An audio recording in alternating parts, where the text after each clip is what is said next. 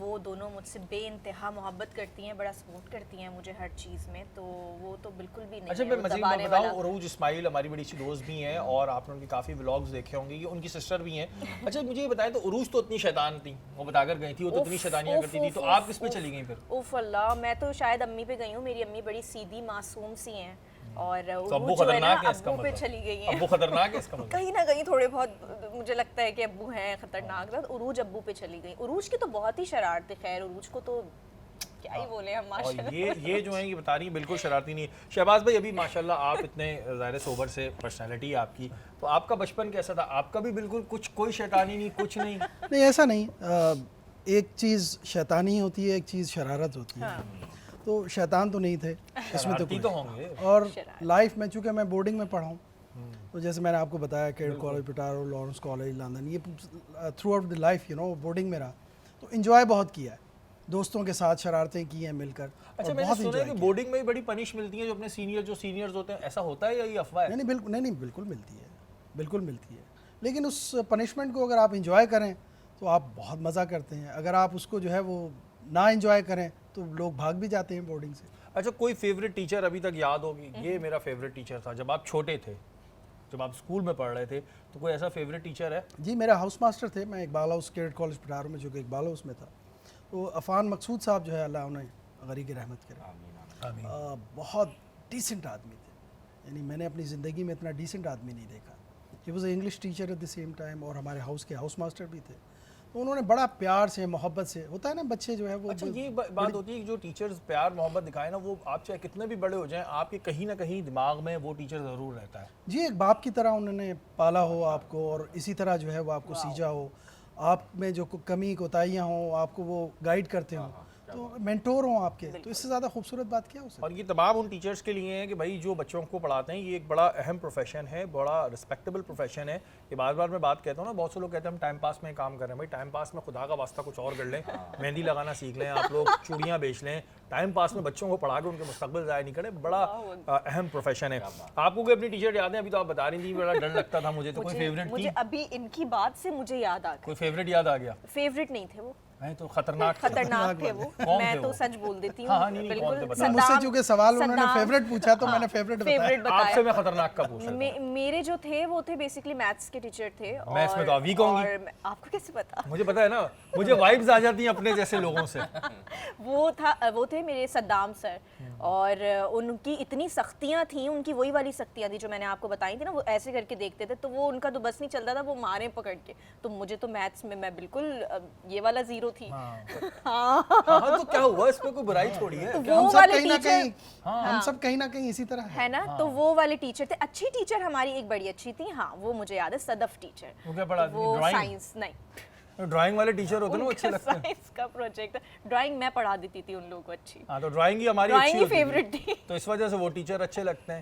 تو مس صدف اچھی تھی, اور صدف سر صدام جو تھے وہ تھوڑے سے سخت تھے. انہوں نے بہت ظلم, زیادتیاں, بڑی ظلم کی ہیں انہوں نے میرے ساتھ, بہت زیادہ ظلم. کیوں آپ کو وہ ہمیشہ مجھے کم مارکس دیتے تھے. وہ کم مارکس, میں جب اچھا کرتی تھی تب بھی مجھے کم دیتے تھے. اللہ اکبر سر, سوری. نہیں تو ابھی کون سا, اب کون سا ان کے پاس جانا ہے؟ نہیں وہ دیکھتے ہیں. ایسا تو نہیں صدام حسین سے انفلوئنس تھے. نہیں, اور پتہ ہے مزے کی بات, وہ ریسنٹلی انہوں نے کوئی شو میرا دیکھا تھا, تو مجھے کسی فرینڈ نے میری بتایا کہ انہوں نے دیکھ کے بتایا کہ دیکھا مجھے پتا تھا اس کو کچھ اور کرنا نہیں ہے, اس کو یہی کرنا ہے. ہاں لیکن سر صدام اگر آپ یہ پروگرام دیکھ رہے ہیں تو ابھی جن بچوں کا میتھس پڑھا رہے ہیں تھوڑا سا پیار سے پڑھا لیں سر تھوڑا ڈیفیکلٹ ہوتی ہے. اب کیا کریں, math, science, physics, chemistry, biology, algebra, یہ سب بڑے مشکل سبجیکٹ ہیں. ہمیں صرف اسلامیات, اردو یہ سمجھ آتی ہیں, تو یہ تھوڑا مشکل سبجیکٹ ہے, تھوڑا ذرا سمجھا دیا کریں کیا جاتا ہے. جب آپ کریں گے تو پھر ہم آپ کی تعریفیں بھی کریں گے یہاں بیٹھ کے, اور ایک ایوارڈ بھی دیں گے آپ کو آگے. اور جیسا آپ سب کو پتہ ہے کہ رمضان المبارک کا یہ آخری عشرہ چل رہا ہے جس میں ہم دوزخ سے نجات پاتے ہیں. محسن بھائی یہ آخری عشرہ ہے, کس طرح تمام مسلمانوں کو یہ عشرہ گزارنا چاہیے؟ بسم اللہ الرحمن الرحیم. سب سے پہلی بات کہ یہ جو آخری عشرہ ہے اس کے جو معنی نکل رہے ہیں دوزخ سے نجات کا عشرہ. حضور اکرم صلی اللہ علیہ وسلم نے فرمایا کہ حضور ممبر پہ چڑھ رہے تھے اور آمین کہتے ہوئے جا رہے تھے. تو صحابہ کرام نے پوچھا رسول اللہ یہ آج سے پہلے ہم نے نہیں دیکھا کہ آپ نے آمین کہا ہو. تو آپ نے فرمایا جبریل امی آئے تھے اور انہوں نے کہا کسی شخص کو رمضان کا مہینہ ملے اور وہ رمضان میں اپنی بخشش نہ کرا پائے, یعنی دوزخ سے نجات نہ پائے, تو پھر ایسا شخص ہلاک ہو جائے. تو حضور نے فرمایا آمین.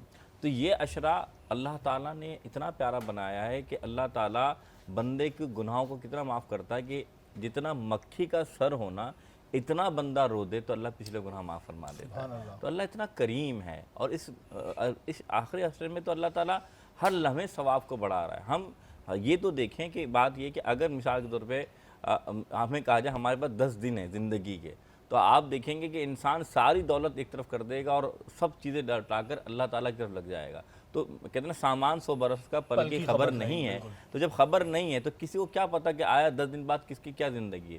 تو یہی سمجھ کر جو میں سمجھتا ہوں کہ آپ نے کہا کیا سمجھ کے بات کی جائے، یہ سمجھ کے بات کیا جائے شاید مجھے اگلا رمضان ملے گا کہ نہیں ملے گا، مجھے اگلے 10 دن ملیں گے کہ نہیں ملیں گے، تو میں کیوں نہ اپنے رب کی ایسی عبادت کروں کہ جو آخری زندگی کی عبادت. اچھا میں نے تو یہ بھی سنا ہے کہ آپ کو اگر رونا نہ آ رہا ہو تو رونے کی ایکٹنگ ہی کر لیں. بالکل بالکل. دیکھیں یاد رکھیے گا اللہ تعالیٰ کو وہ بندہ بڑا پسند ہے جو اللہ کی راہ میں یعنی آنسو بہاتا ہے. کیوں؟ کیونکہ یاد رکھیے گا جیسے ابھی بہن کہہ رہی تھی نا کہ آنسو یہ اتنی بڑی قیمتی دولت ہے، یہ ہر ایک کو نصیب نہیں ہوتے.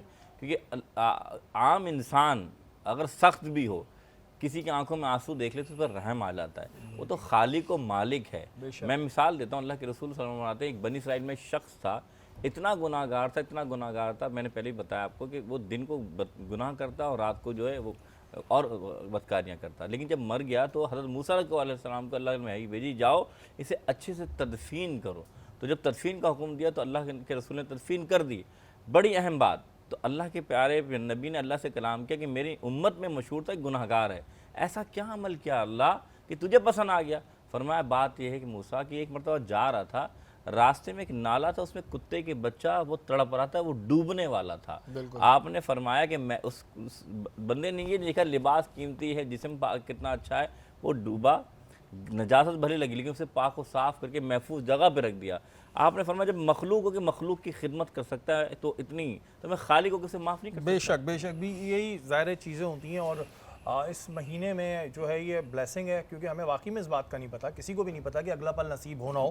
تو جب آپ کو یہ پل ملا ہوا ہے تو اس پل کو زیادہ سے زیادہ استعمال کیجئے، اللہ کی عبادت میں استعمال کیجئے. کوشش کریں کہ حقوق العباد ضرور پورے کریں. ہمارے ہاں یہ بات اللہ تعالیٰ بھی فرماتا ہے کہ میں حقوق اللہ معاف کر دوں گا، حقوق العباد نہیں کروں گا. تو کوشش کریں کیونکہ اللہ تعالیٰ اس چیز سے زیادہ راضی ہوتا ہے جب آپ اللہ کے بندوں کو خوش رکھتے ہیں، اللہ تعالیٰ زیادہ راضی ہوتا ہے. شہباز بھائی کیونکہ ماشاءاللہ آپ ویلفیئر کا ایک بڑا کام کرتے ہیں اور اللہ تعالیٰ آپ کو اس کا اجر دے اور بھی آپ کو اللہ تعالیٰ توفیق دے کہ آپ اور اس طرح کام کریں. کوئی پیغام دینا چاہیں گے آپ لوگوں کو دیکھنے والوں؟ جی دیٹس ویری امپورٹنٹ. انما الاعمال بالنیات. ہم لوگوں کا دار و مدار جو ہے وہ نیت پر ہے، اور انسان کی پوری زندگی جو ہے وہ نیت پر چلتی ہے. نماز نیت ہے، روزہ نیت ہے، آپ حج کرنے جاتے ہیں حج نیت ہے. بے شک. اسی طرح زکوٰۃ بھی جو ہے وہ نیت ہے. بے شک. میں کتنی دیتا ہوں، کس کو دیتا ہوں، کیسے دیتا ہوں. ایز آف ٹوڈے آج جو حالات ہیں پاکستان کے خاص طور پر، غریب سے غریب تر ہوتا جا رہا ہے. تو میری جو ہے وہ ریکویسٹ صاحب حیثیت لوگوں سے ہے کہ جو کچھ وہ اپنی زندگی میں دے سکتے ہیں کسی غریب کو وہ ضرور دیں، کیونکہ حالات بہت تنگ ہیں، بہت تکلیف میں ہیں. بالکل. اور اللہ نے کتنا خوبصورت مسلمانوں کو چیز دی ہے، دیٹ از زکوٰۃ، کہ آپ نے اپنی جو ہے وہ صاحب حیثیت آدمی نے 2.5% آف یور ویلتھ آپ نے وہ چیز دینی ہے. دس از ناٹ چیریٹی. یہ زکوٰۃ جو ہے وہ چیریٹی نہیں ہے. چیریٹی ایک الگ چیز ہے، وہ ایک الگ چیز ہے. اور ایک جو ہے وہ میں نے کہیں سنا اور پڑھا کہ سارے مسلمان مل کر اپراکسیمیٹلی سال میں $500 بلین سے اوپر جو ہے وہ اپنا زکوٰۃ دیتے ہیں. Not charity. چیریٹی ایک الگ چیز ہے. تو اسی طرح مسلمانوں کو اللہ تعالیٰ نے اتنی خوبصورت چیز دی ہے زکوٰۃ.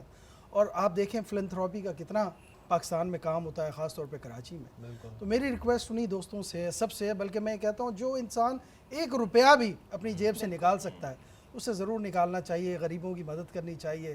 ہمارے دوست، ہمارے ساتھی، ہمارے بھائی، ہماری بہنیں، ہمارے اپنے لوگ مسلمان سب تکلیف میں ہیں، تو ہمیں ان کو سپورٹ کرنا چاہیے. یہ چیز کرنی چاہیے. اور جب آپ اللہ کی راہ میں پیسہ خرچ کرتے ہیں نا تو آپ اللہ سے تجارت کرتے ہیں. تو ظاہر ہے یہ تو ایک بڑا موقع ہوتا ہے اور زیادہ سے زیادہ آپ اس طرح کے کام کریں اور جتنا ہو سکے. کیونکہ بہت سے لوگ یہ سوچتے ہیں کہ یار ہمارے پاس تو اتنا پیسہ نہیں ہے. آپ کا دیا ہوا $1 ہو سکتا ہے اللہ کو کتنا پسند آ جائے، اس کا فیصلہ کوئی نہیں کر سکتا نا. آپ کی نیت پہ ڈیپینڈ کرتا ہے. آپ کی جو نیت ہے اسی لحاظ سے آپ کو اجر بھی ملے گا.